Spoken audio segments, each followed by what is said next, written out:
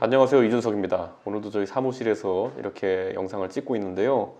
방금 이렇게 딱 카메라를 꺼내든 순간 엄청난 뉴스가 등장했습니다. 그 한동훈 대검 반부패 수사부장하고 그리고 그 박찬호 공공수사본부장을 영전이라는 모양새로 지방으로 내려보냈거든요. 제가 사실 최근 며칠간 이거에 대해서 방송하면서 추미애라는 사람이 결국엔 여당 대표까지 지낸 분이고 5선 의원을 하셨고 그리고 이제 할 거 다 했잖아요. 그러면은 장관 한 다음에는 총리 아니면은 대권을 노려야 되는 위치에 있는 분인데 아무리 청와대가 시킨다고 해가지고 이런 식의 인선을 강행할 것인가에 대해서 상당히 의구심이 든다 이렇게 이야기했는데 진짜 했어요. 그러니까 저도 정치평론을 지금 이제 8년째 이렇게 하고 있지만은 제가 박근혜 정부 때 정치평론한 거는 거의 대부분 들어맞았거든요. 근데 문재인 정부에서 제가 정치평론을 하는 것들 또는 예측하는 것들은 거의 타율이 거의 50% 이하입니다. 왜냐하면은 제가 정치에 대해서 이야기하면서 뭔가를 예측하는 것은 항상 최적화된 경로 아니면 상식선에서 봤을 때 당연히 그래야 되는 것들을 이야기하는데 그러니까 그만큼 이번 정부의 판단들이 그 상식선에서 아주 벗어나 있는 그런 판단들이라는 것을 의미하는 거겠죠. 그래서 요즘은 참 뭘 예측하면서도 두렵습니다. 제가 어제까지만 해도 추미애 장관이 설마 그렇게 하겠느냐 그랬는데 그렇게 했습니다. 자, 근데 이 의미는 뭐냐면요. 앞으로 대한민국의 검찰 구성원들한테 보내는 의미는 예전에 우병우 수석 수사할 때 보세요. 구속영장을 청구했는데 첫 번째, 두 번째 안 되니까 세 번째 청구해가지고 결국 구속을 시키고 이제 재판을 받았잖아요. 그때 그들에게 문재인 정부에서 아무도 책임 안 물었습니다. 근데 지금 자기 편이 수사를 받으니까 아니 조국 장관 구속영장 한번 기각됐다고 해가지고 무리한 수사가 아니냐 이런 프레임 들고 나오거든요. 여러분이 만약에 병원에 갔을 때 여러분 만약에 가족이 큰 병을 앓고 있는데 보통은 정상적인 사람이라면 가가지고 선생님 꼭 살려주세요 이 정도의 얘기 정도를 읍소를 할 수 있겠죠. 그럼 지금 민주당이 하고 있는 일은 뭐냐면요. 병원 의사들 모아놓고 당신들 만약에 수술해가지고 한 사람이라도 죽으면 당신들 전부 다 해고해버리겠어. 이렇게 이야기하는 거나 마찬가지거든요. 자, 그러면은 의사들이 조심스럽게 수술을 하게 될까요? 아니죠. 어지간한 수술할 거리가 있으면은 전부 다 회피를 하게 되겠죠. 수술했다 죽었다는 소리를 들으면 안 되니까. 이 말은 뭐냐면 검찰에 적용해 보면은 검찰에서 어지간한 그 권력 실세에 대한 수사 자체를 하는 게 두렵다는 거죠. 한 칼에 저 사람을 죽이지 못하면은 나를 제주도로 보내고 부산으로 보낸다라는 게 이제 선례가 쌓였으니까요. 저는 이게 문재인 대통령이 윤석열 총장한테 사실 누구에게나 엄정한 칼날을 들이대라고 했던 것과는 전혀 다른 방향으로 가고 있다. 이거는 사실 제가 내란을 선동하고자 하는 건 아니지만은 많은 분들이 심각하게 받아들이고 이거는 막아야 됩니다. 제 생각에는 이미 인사가 벌어진 것은 어쩔 수 없다고 하는 분도 있겠지만은 아니죠. 여기서 이것을 그냥 놔두게 되면은 대한민국의 수많은 검사들 만약 국민들이 이 부분에 대해서 지적하지 않으면은 이 부당한 일에 맞서가지고 사표를 내는 수밖에 없고 사표를 내게 되면은 검찰 내에서 굉장히 문재인 정부에게 충성을 바치고자 하는 또는 아부를 떠는 그런 검사들만 검찰청에 남아가지고 검찰 조직이 장악될 거거든요. 이게 얼마나 불행한 일인지는 아마 대한민국 국민이라면은 누구나 알 겁니다.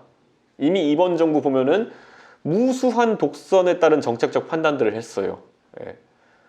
다들 안 된다고 하는데 소득주도 성장해가지고 경제 말아먹고 탈원전이라는 거를 무슨 의도로 기획하고 진행했는지 나중에 꼭 파헤쳐 봐야 됩니다. 왜냐면 보조금도 엄청 많이 들어가는 태양광 사업 같은 것도 있고 거기서 이득을 보는 사람들이 분명히 존재하거든요. 그리고 분명히 우리가 갖고 있는 원전 기술 같은 것들이 손해를 보면서까지 이렇게 추진하려고 하는 것에는 뭔가 비정상적인 이유가 있을 겁니다. 근데 이걸 캐야 되는 조직이 검찰이에요. 근데 그 검찰에 대해 가지고 이렇게 압박하는 것은 말 그대로 자기들 감옥 갈 것 같은 일들이 있으니까 이제 슬슬 부담되니까 정권 말기에 그 검찰 권력을 틀어주려고 하는 것인데 이런 걸 두 글자로 줄여가지고 독재라고 합니다. 저는 이런 것들은 국민들이 강하게 지적해야 될 때가 왔다. 저는 이렇게 보고 지금 저는 당장 속보를 보고 이런 이야기를 하지만은 이 속보를 넘어서서 더 자세한 내용이 나오면은 아마 내일이나 모레쯤 이제 방송에서 이런 걸 더 많이 다루지 않을까 생각하면서 이건 좀 줄이고요. 우선은 최근에 많은 분들이 관심 많을 것이 뭐 보수가 통합하느냐, 야권이 단일화하느냐, 뭐 이런 부분에 대해서 관심 많을 텐데, 저도 사실 방금 전까지 그 여의도에서 뭐 그런 것과 관련된 저희 당내 모임에서 이제 회의를 하다가 이제 왔는데, 현실적으로 여러 가지 어려운 지점도 존재하고요. 그리고 실질적으로 이견이 좁혀지지 않는 부분들도 꽤 있습니다. 많은 사람들이 이제 유승민의 3원칙이라는 것을 방송에서 보셨을 거예요. 먼저 탄핵의 강을 넘자라는 말을 이제 이렇게 했고요. 그 다음에 개혁 보수의 길을 가자라는 것이 두 번째 그 원칙이에요. 세 번째 원칙이 뭐냐면은 새 집을 짓자라는 거예요. 그러니까 보수가 이거 살기 위해 가지고 해야 되는 가장 기본적인 세 가지. 이거 세 가지 한다고 제 생각에는 보수가 선거에서 이기긴 어려워요. 근데 최소한 이건 하고 가야지 된다라고 하는 것들이 세 가지 지점인데, 여기에 대해 가지고 이제 언론에도 보도되었지만은 황교안 대표가 굉장히 전향적으로 이걸 받아들이겠다는 의지를 가지고 있다 그래요.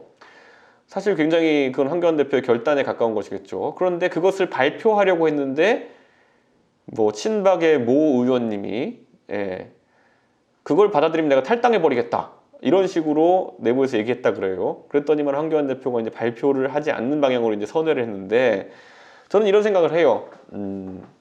아까 말했던 세 가지 원칙, 탄핵의 강을 넘자, 강을 건너자, 그 탄핵에 대한 찬반에 대한 책임 자체를 묻지 않고 가자라는 것과, 그리고 개혁보수하자는 게 뭐 나쁜 게 있겠습니까? 그리고 새 집을 짓자. 지금 자유한국당에 대한 그 보수 중에서 가장 큰 집으로서의 그 역할도 있겠지만은, 선거를 앞두고 비호감도가 이렇게 극에 달한 정당의 상태로서는 뭐 통합을 하지 않더라도 일반적인 상황에서는 당명을 바꾸고 쇄신하는 모습들이 있거든요. 그렇기 때문에 이거는 뭐 대단히 특별할 만한 일이 아니에요. 제가 비상대책위원으로 정치를 처음 시작했을 때도 박근혜 대통령이 그 전까지는 한나라당이라는 것은 소위 말하는 친이계주도의 이명박 당이었고, 이제는 박근혜라는 새로운 지도자가 당을 이끈다라는 의미로 새누리당으로 바꿨던 거거든요. 그리고 박근혜 대통령이 탄핵되고 나니까 새누리당이라는 이름에 한계가 왔다 해가지고 자유한국당이라는 걸로 이름 바꿨던 것이 그 전례거든요. 그러니까 저는 선거를 앞두고 그런 것들을 많이 해왔던 당이 이제 자유한국당이었기 때문에, 저는 제 3원칙에 대해 가지고 거부감 갖는 것 자체가 사실 어불성설이다, 이런 생각을 하게 돼요. 그럼에도 불구하고 그런 부분을 지적하는 사람들이 있는 것은, 결국에는 황교안 대표가 이 통합이라든지 이런 과정을 건너고 나면은 굉장히 강한 인적 쇄신의 칼을 휘두를 것이다라는 생각이 저변에 있는 것 같아요. 공천과 관련되어 가지고 우리공화당이나 아니면은 또 강성 친박의 성향에 해당하는 분들에 대해 가지고 상당히 강한 이제 칼을 휘두를 가능성이 보인다라는 것이 정계 전반에 이제 흐르는 이야기인데, 그런 움직임에 경계심을 가질 수밖에 없는 분들이 이제 통합에 결사 반대하는 이런 모습을 가지겠죠. 저만 해도 원칙 없는 통합은 굉장히 반대합니다. 왜냐하면 제가 뭐 3년 동안, 저는 사실 뭐 많은 분들이 저한테 박근혜 키즈라 그러는데, 제가 굳이 따지자면 자유한국당에 있었으면 제가 성골이겠죠. 그런데 젊은 사람 중에도 그래도 기득권적인 위치에 크게 관심이 없이 제가 생각하는 개혁 보수의 길을 가겠다고 나선 것은, 사실 저는 앞으로 정치를 20년, 30년 길게 해야 되는 그런 위치일지도 모르는데, 누구보다도 보수가 잘 되기를 바란 마음속에서 혁신하는데 조금이라도 도움이 되기 싶어가지고 이렇게 하는 건데, 만약에 그거 없이 그냥 단순히 수를 합치기 위해서 들어간다? 글쎄요. 저는 몇 번 얘기했지만은 서울이나 수도권에서 과연 보수가 상당한 성적을 거둘 수 있겠느냐, 저는 어렵다 보거든요. 탄핵 이후에 3년 정도 이제 보수가 고생을 하고 서로 싸우고 이런 과정들이 있는데, 이제는 그 과정을 한번 복귀해야 될 시기가 왔다. 각각의 주체들이, 그러니까 뭐 강성 친박 분들도 그렇고, 또 자유한국당에 계셨던 분들도 그렇고, 바른정당을 거쳐 새로운 보수당에 온 사람들도 그렇고, 다들 이제 각자 3년 동안 어떤 노선을 경주해 왔으며 그중에서 어떤 것은 좋은 경험이었고 어떤 것은 부족한 경험이었는지를 이제 열거해놓고 선거 전에 좀 아이디어를 맞댈 시기가 오지 않았나, 이런 생각하는데, 저는 자부심이 있는 부분이, 그래도 바른정당에서 새로운 보수당으로 이어지는 과정 중에서 젊은 사람들과 함께 하려고 했던 시도들, 그리고 지금도 함께 하고 있고 지금도 그런 것에서 방식으로 이제 정착된 것들은 앞으로 보수가 영원히 발전시켜 나가야 될 부분이다, 이렇게 생각을 하고 있는 겁니다. 저는 그런 지점에서 고민이 좀 깊어진다, 이런 말씀을 드리고 싶고요. 사실 지금 이미 그 보수 진영에서 누가 대선 후보가 되느냐의 경쟁을 각 지도자들이 시작한 것 같아가지고 참 안타까워요. 왜냐하면 많은 보수 진영을 사랑하고 또 중도 보수 성향의 국민들이 봤을 때는 아니 우선 총선에서 유의미한 성적을 거둬가지고 문재인 정부의 폭정을 견제하는 것이 가장 우선의 가치라고 보고 있는데 이미 정치 지도자들은 뭐 그분들이 정치를 해가지고 감이 빨라서 그런 건지 모르겠지만은 이미 문재인 정부는 다음 대선에서 폭망할 것이다라는 가정을 놓고 움직이고 있어요. 그러니까 문재인 정부는 다음 대선에서 폭망할 거니까 정권 재창출에 실패할 거니까 결국 그에 대항하는 후보로서 1등만 하면 돼 라는 생각을 하고 있는 것 같은데 천만에요. 일반적인 상황에서라면 그런 생각이 오를 수 있겠지만은 문재인 정부는 본인들의 정책 실패 같은 것을 인정하지 않는 정권이에요. 본인들이 도덕적으로 책임져야 될 부분도 지금 조국 수사했던 사람들 날리고 공수처만 들어가지고 수사와 사실 무마시키려고 하는 이런 모습들을 봐도 알겠듯이 덮으려고 하는 사람들이에요. 그렇기 때문에 그런 아니란 생각으로 대선만 가면 어차피 이기지 않겠느냐, 그러니까 우리 팀 사이에서만 1등 하면 된다, 이런 생각으로 정권을 찾아올 수 있다? 저는 그건 어불성설이라 이렇게 봅니다. 그렇기 때문에 지금 굉장히 고삐를 쥐고 총선 승리를 위해서 다들 돌격해야 되는 시점인데 굉장히 안타까운 지점이 있습니다. 사실 그래서 저는 그 총선 승리를 항상 얘기하지만은 저는 목표치를 뭐 각각 개인의 대선 주자들은 다르게 잡고 있을 거예요. 황교안 대표는 덩어리가 가장 크면 된다. 그 대선 주자들이 각각 이루는 성과 중에서 그렇게 생각하고 있을 것이고, 뭐 유승민 의원 같은 경우에는 유의미한 의석수를 가져가기 위해서 뭐 교섭단체를 형성할 정도의 의원들과 함께 할 수 있으면 좋다. 뭐 안철수 전 대표를 만약에 이쪽 진영으로 분류한다면은 그 역시도 유의미한 정도의 세력을 확보하면 된다.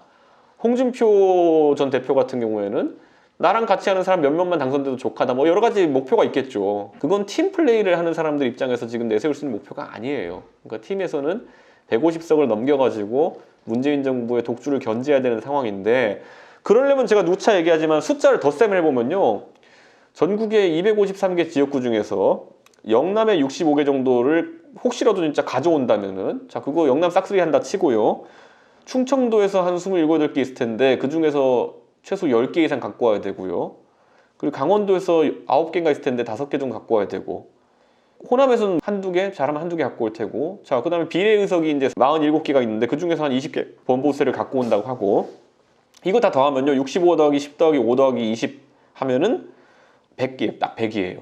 네. 이 숫자가 뭐냐면요, 17대 총선에서 열린우리당이랑 붙을 때 탄핵 역풍으로 보수가 거의 몰패할 거라 생각했는데 박근혜 그 당시 대표가 나타나가지고 지역구에서 딱 100석을 해내요. 그리고 비례에서 21개인가 20개인가를 해가지고 120석 선을 지키거든요. 자 그러면 이게 사실 아까 여기 비례까지 합쳐서 100개라고 했는데 수도권에서 하는 숫자만큼 이제 성적표가 나오는 거예요. 수도권에서 50개 하면은 과반을 할 수 있습니다. 이게 근데 쉬운 목표가 아니에요. 수도권에 123개 이 정도 되는 지역구가 있는데 그 중에 50개를 지금 보수 진영이 한다? 이거 통합하고도 혁신하고도 뭐 파격적인 인선에 뭐 공천에 뭐 별의별 손발 다 써야지만 달성할 수 있는 수치라는 저는 보거든요. 그래서 시간이 굉장히 부족하고 지금부터 피치를 올려야 되는데 굉장히 보수 진영이 안일하게 움직이고 있는 것 같다, 이런 생각을 저는 하게 되어가지고 상당히 고민을 하고 있는 그런 지점입니다. 그러자면 이제 저는 가장 선결돼야 되는 것이 보수의 지도자들이 각각 눈치 게임을 이제 하게 될 것이다, 이렇게 봐요. 자, 대선 주자들이 총선을 치르면서 얻어낼 수 있는 성과는 1. 본인의 당선 여부, 2. 그리고 나랑 같이 하는 그 의원들을 만들어낼 수 있느냐. 그럼 정치판에서 뭐 내가 당선되느냐, 내 새끼들이 당선될 수 있느냐, 뭐 이렇게 표현하기도 하는데 각각 그걸 볼 거예요. 근데 예를 들어 최근에 험지 출마론 이야기가 나오잖아요. 자, 황교안 대표 입장에서는 본인이 종로에 나가는 것처럼 이렇게 기성사실화 돼가는 모양새가 굉장히 불쾌할 거예요. 왜냐하면 종로가 사실 이낙연이라는 대중적 지지도가 높은 사람과 본인이 지금 붙어야 할 이유가 없거든요. 얼마든지 나중에 대선에서 붙을 수도 있고 다른 붙을 기회들이 있을 텐데 지금 붙어가지고 지금 본인이 아직까지 정치적으로 역량이 올라오지 않은 상태에서 붙는 거는 성적표만 괜히 일찍 받아보는 결과가 나올 수도 있거든요.